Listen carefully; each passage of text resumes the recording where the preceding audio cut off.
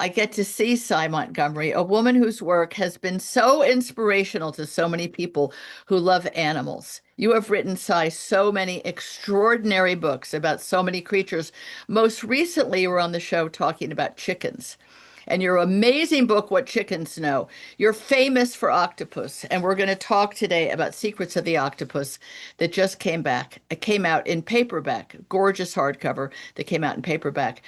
When you look at your life as a writer and as a naturalist, which I guess is what you're called, do you look back and think, look how many creatures I've celebrated? I'm like so cool. Do you think about that? I think about it. Well, I don't think I'm particularly cool, but I do know how lucky I am and how Oh, grateful I am to these animals who have been my teachers, my mentors, my inspiration. And I feel like at every turn, even when I felt like as a writer and as an organism, I wasn't up to the task of telling their tale, I feel like they came to my rescue and they showed me the way. And it is oh. a joy to be able to share this with so many readers, many of whom grew up as I did and as you did, Tracy, knowing that animals think and feel and know.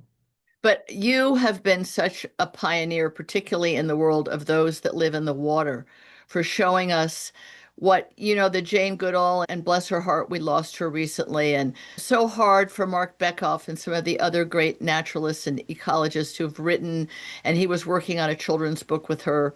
But she's so famous as having championed the idea that chimpanzees are much more than what we think, and not that they're sweet, darling creatures. They're also intensely violent. And you've done that for octopus in a way that I don't know why it is, Cy, but when I read yet another thing, you've written 4 books on octopuses, which are not octopi. We love knowing that. I get choked up. Now, I don't understand that because unlike you, who the first time you met an octopus, and you've talked about this, you just wanted to get in the tank with them. I'm like, Cy, get back out of that tank. But you wanted to have one in your home. Your husband said, I don't think the old floors of our New England farmhouse are going to support the weight of that tank. But you, That's totally true. Unlike Don Harris, whose interview we right. recently heard, I did look into it though, I and know. it just was too much. Dr. Harris lived near the ocean, That's and right. he also could capture or breed live prey for his animals. And That's right. this would have been more difficult for me. And it was absolutely, if I was going to get any animal at all, you want to be able to provide everything that they need to be happy and to be whole and to live their best life. And I could not do that for an octopus in the home. And I'm lucky. I would have loved to have been living with an octopus, but because I was forced to conduct my research somewhere that an octopus lived and it couldn't be in our house, I got to work at New England Aquarium and know all these other animals and people associated with that aquarium. And it just led me into a watery world that completely changed my life. And I was able to bring to public attention these amazing animals whose spirits I think have really changed forever the way we look at animals in the sea and ushered in, frankly, a golden age of octopus appreciation. I think that's true. And I think one thing it should do is get them off of menus because they're now so much on the menu. And much as we all, or some of us that were aware of food husbandry practices, don't eat veal in the United States because of the way veal calves are treated, or not eat foie gras because of what is done to geese in order to get them to have diseased livers, or ducks, I guess, as well. You've done that for octopus, and I'm just horrified at how much it's on the menu and become almost trendy. I'm like, no, Cy Montgomery is not going to stand for this because each of those arms with their tentacles, with the suckers, has brains. Let's talk about that you talk about in Secrets of the Octopus, the many brains they have that are functioning brains. Yeah, this is really astonishing. An octopus in humans, as most of our neurons are located inside our central brain in our skull. Not only does the octopus not have a skull, It does have a central brain, but 3/5 of its neurons are not in the central brain, but in the arms. So it is as if each arm has a mind of its own. And in fact, if an octopus's arm is severed, say an evil researcher or a shark bites it Yeah. off, that arm can go off and do stuff without consulting the central brain from which it is severed.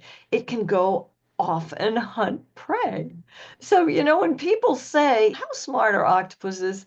I always like to quote another researcher who said, if an octopus were to ask how smart are people, he might ask, how many colors can your severed arm turn once it goes off hunting?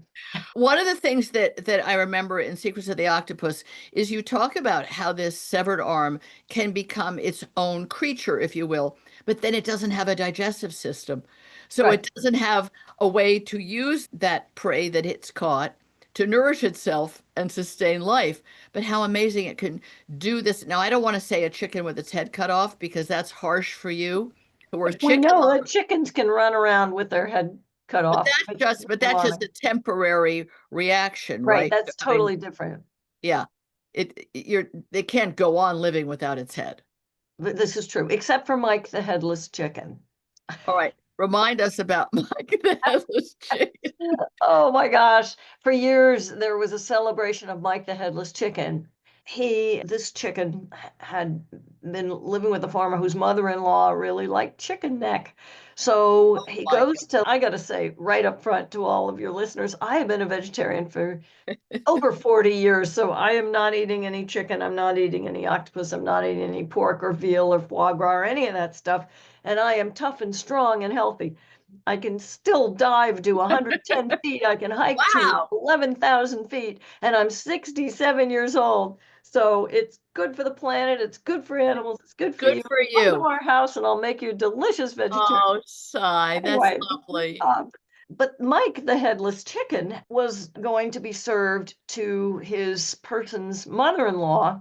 So he made a point of trying to preserve as much of the neck as possible. And although the person cut off most of the chicken's head, there was enough left of the brainstem and actually like the lower beak, I think, may have still been there, that this chicken lived for quite a number of months and went on the freak show circuit. And now, Wow. in celebration of the chicken's honorable will to live, there was a festival in his hometown for a very long time. But this is different than what happens with octopus arms, because when the octopus's arms are on the octopus and still functioning, researchers have found that different arms can be doing different things. There are some shy arms and some bold arms. Yes. And there are some arms that are particularly good at gathering up prey, and other arms are particularly adept at escaping, and they don't have to send signals through the central brain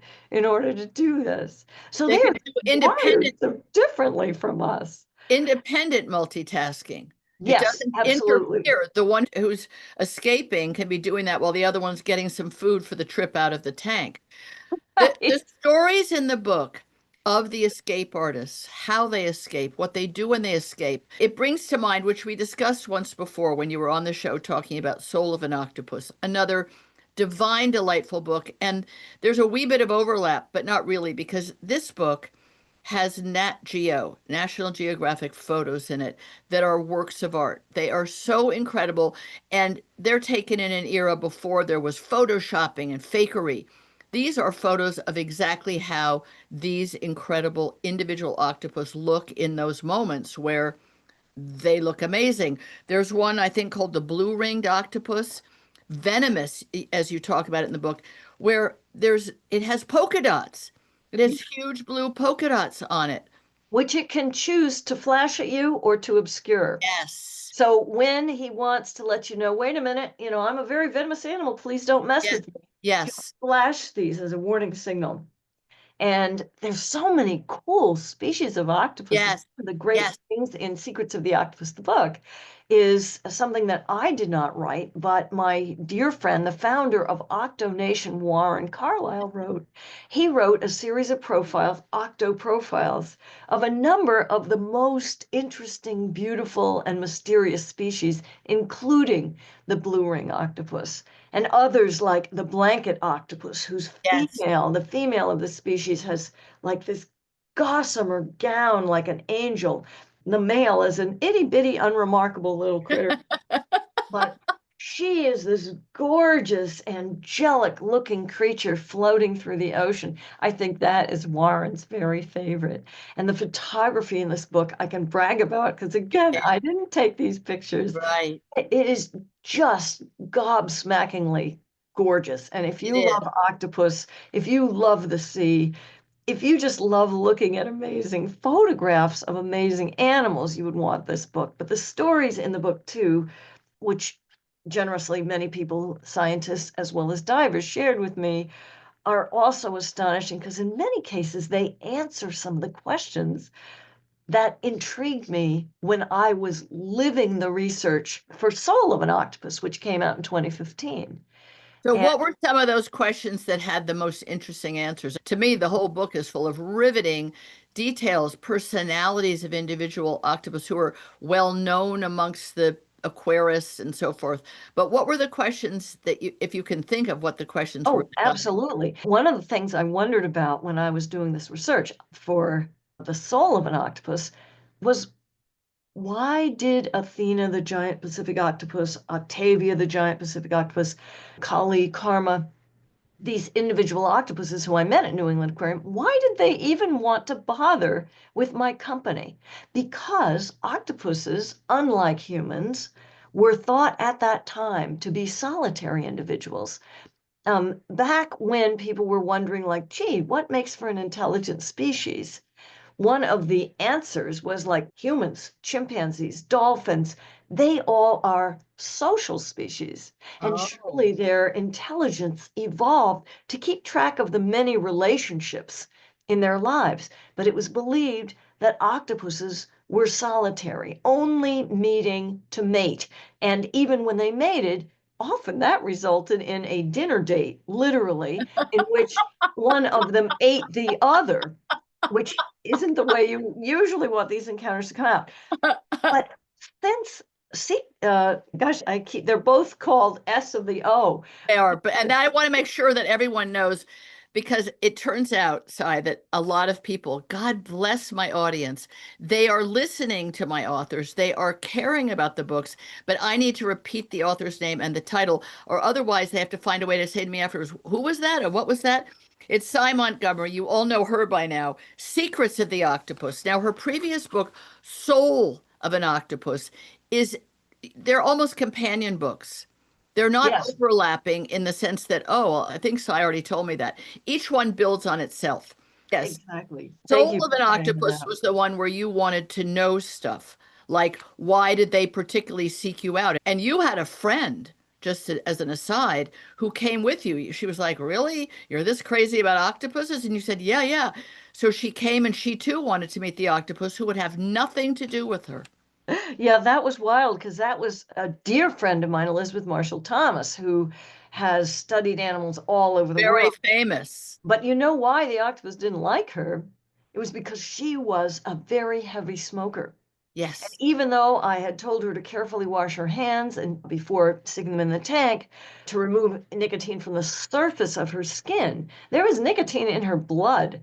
And Yeah. probably the octopus could taste that. And the minute the octopus got near her, blah, this icky taste.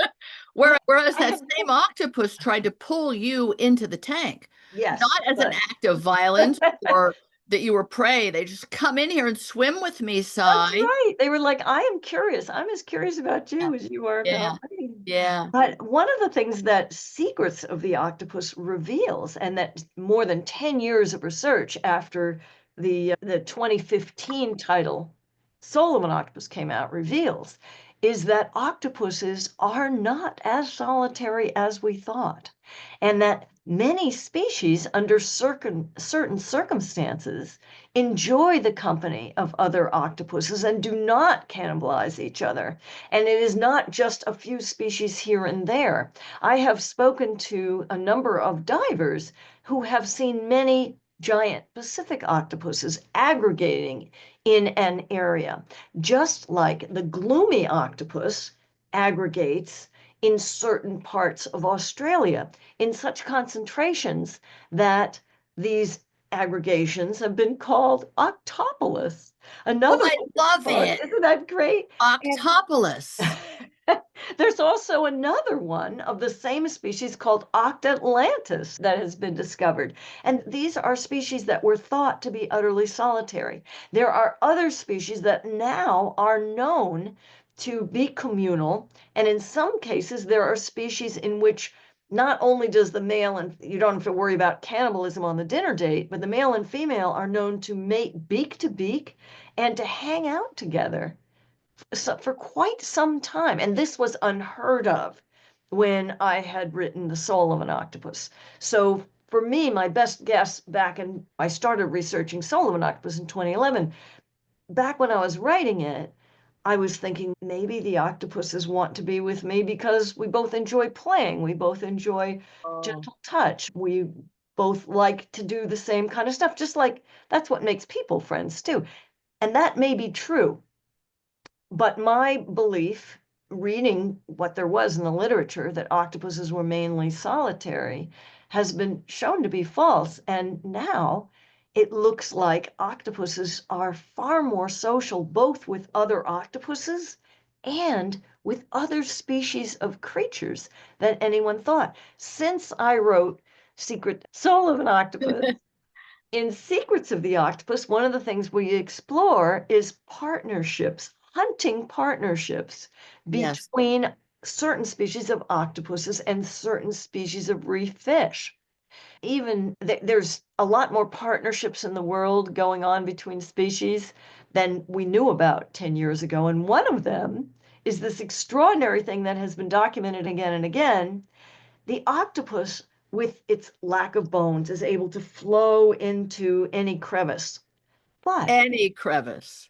there And, are certain kinds of fish who would love to eat some of the tiny invertebrate animals stuck in the crevice, but with their bony bodies, they can't get in there. oh, But they can go find an octopus, tell the octopus through gestures or postures or movements, I've got an idea, let's go hunting together. for real. Octopus then follows this creature, just like a badger might follow a honey guide. And together, they go to the spot the fish knows about. The fish will often do a headstand as if pointing, there, I know there's something delicious for both of us to eat. My The God. octopus flows its arms in there, and out comes a cloud of delicious food that both species can enjoy. And this is one of the things that Wow. just blew me away, and no one knew about that. Okay, so what changed in that decade? Was it what divers, how deep they could go, or how long they could stay under, or the cameras they had?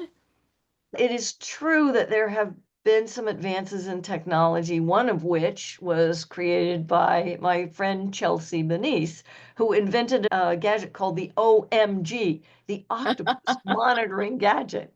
And this allowed, because it had this long battery, it allowed for filming of octopus 24/7 in the Right. wild. That's really cool. I don't want to underestimate the importance of advances in technology, but I also would like to talk about the fact that we are now in this golden age of octopus appreciation and octopus exploration. In 2011, when I started my work for my first octopus book, you would be lucky to find a mug with an octopus on it. Octopuses are everywhere now, and there's tons of divers out there looking for octopus and filming Oh, what I they see. see. There is also a huge organization which was formed in response to my book, That's right. and it's called Octonation. My now good friend, Warren Carlyle, created, he read my book and he said, you know, what I want to do with my life is I want to basically be the PR agent for octopuses. Oh, I love it. And in 2015, when my book came out, he formed this organization, a huge octopus fan club. And now he has PhD scientists on staff, paid for. And it's Wow. a meeting place for all kinds of scientists and divers to share information and to educate people about these amazing creatures. There's special stuff for school children. There's a place to share photos. It's just a fabulous organization. And also a whole slew of fabulous octopus art and octopus literature and octopus films Yeah. came out after my book was published in 2015. So many people saw My Octopus Teacher, that Yes. Wonderful beautiful film. documentary. Yes. Oh, and millions of readers have enjoyed, and I noticed that you have mentioned her lovely book on your podcast, Remarkably Bright Creatures, a novel that features Marcellus the octopus, and Yeah. it is soon going to be a movie Yeah. starring Sally Fields. Which And is a perfect person to do it. I know, I love her. And there have been great books out by my friend David Scheel, for example. And they're getting a lot more play and interest. And so is research on octopuses. For the longest time, no one was interested in them. And Yes. people were toiling, genius people were toiling in relative obscurity. Now they are getting the admiration, the publicity, and the funding that they deserve. And It I'm really is it is a thrilled. great time. It's a great time for you to be the godmother of these octopus because you didn't just write about them, you truly were drawn to them physically and emotionally, To wanted to me, touch them, and they wanted to touch you. what this shows to me is that even though individual octopuses only live a short time, the giant Pacific's 3 to 5 years, that the octopuses who I met, Athena, Octavia, Kali, Karma, though they are long dead, and though they were marine invertebrates that most people had never really thought about or heard of, their souls are still walking in the world. Yeah, They are still affecting us. And so, in a sense, these octopuses are immortal and they are that's lovely. inspiring researchers, artists, writers, filmmakers to this day.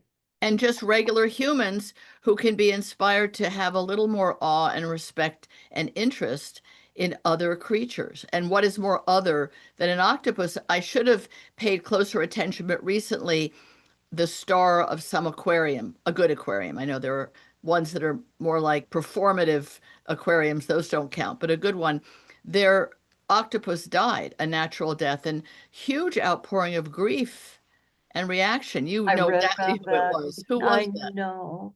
See, to me, what this shows is that we are evolving as a species Yes. and that we recognize that animals think and feel and know and that their lives matter. Yeah. And that they have a lot to teach us because when you say research, I'm always worried now, the research world, which is in a weird limbo right now, what kinds of research are allowed. But the things that an octopus can do and know, I imagine could be used by the military industrial complex. The things that creature can do could revolutionize the way even a assembly line works. No, that's totally true. The models that octopuses provide is for a soft robot who could go, Oh, or which yeah. could go in places Yeah, that's that right. I was through jointed something. things Yeah, could not. yeah, because these octopuses and the stories are fantastic. The book is just one story after another, and they're obviously real and true, but you think, oh, this could be a novel, that could be a novel, and so could that be a novel. Each of them inspires us to care and to think and to feel about the octopus individual and all of the octopuses and the people whose lives they shared and enriched, just as you have ours with your books, Cy. Now you can get in paperback Secrets of the Octopus by Cy Montgomery. I'd be surprised if you don't then want to buy Soul of an Octopus and some of her other books. And What the Chicken Knows is so good. We even had to do two interviews about it because What the Rooster Knows is equally interesting. So you're amazing on every You, level. Tracy. And Thank I you so and much. you're an inspiration to us just as the octopus are. Thank you so much yet again for your beautiful writing and for your endless passion for everything on earth. Thank you. Right back at you, Tracy. Take care.